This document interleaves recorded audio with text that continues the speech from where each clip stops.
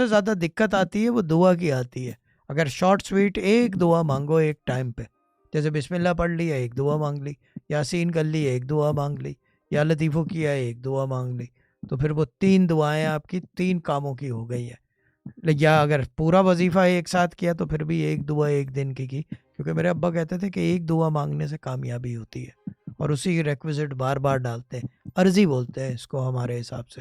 کیونکہ ایک بات یاد رکھیں، کل طلعت بھائی کو بھی میں بتا رہا تھا، طلعت بھائی وظیفہ کر رہے تھے، وہ کل رات بتا رہے تھے وظیفہ کر رہے تھے، اور کہہ رہے ہیں کہ ہنسنے لگ گیا اکیلے ہی. طلعت بھائی کی حرکتیں ایسے ہی ہیں، تسبیح کرتے کرتے ہنس رہے کہ میں اکیلا ہی بیٹھا ہوں، تو ٹیبل پہ کسی نے ٹک ٹک ٹک ٹک کی ان کے گھر. یہ کافی پہلے کی بات ہے، بٹ یہ نارمل ہے. ابھی پرسوں رات میں بیڈ میں لیٹا تو کھڑکی کے اوپر جیسے ہوتا ہے ڈارک اینڈ برائٹ بوتھ، تو کھڑکی کے اوپر کسی نے 3 دفعہ ٹک ٹک ٹک کی. میں اٹھ گیا، میں نے کہا یہ ایک اور بلی ہے، کوئی باہر سے تو نہیں مجھے پتا کیا ہے. میں نے دیکھا تو کھڑکی کے اوپر بیٹ لگی ہوئی تھی کبوتر کی.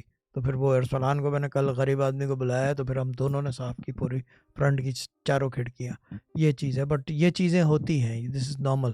تو وظیفہ کریں، عرضی ڈالیں ایک، اور پھر دیکھیں کامیابی کیسی ہوتی ہے. ملائکہ دعا لے جائیں.